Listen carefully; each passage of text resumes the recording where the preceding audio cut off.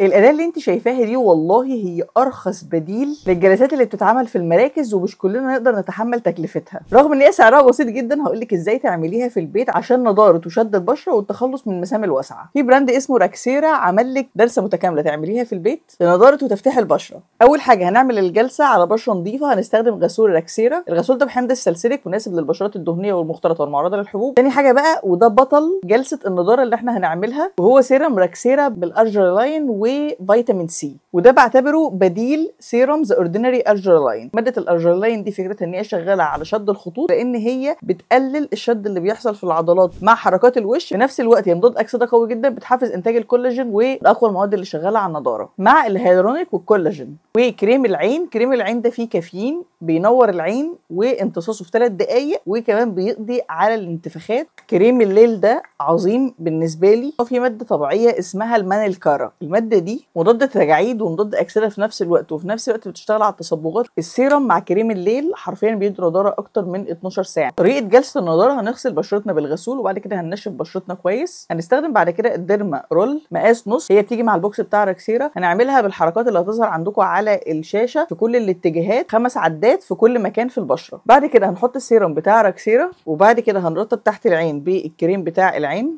وبعد كده هستخدم كريم الليل. جربوهم هيعجبكم جدا.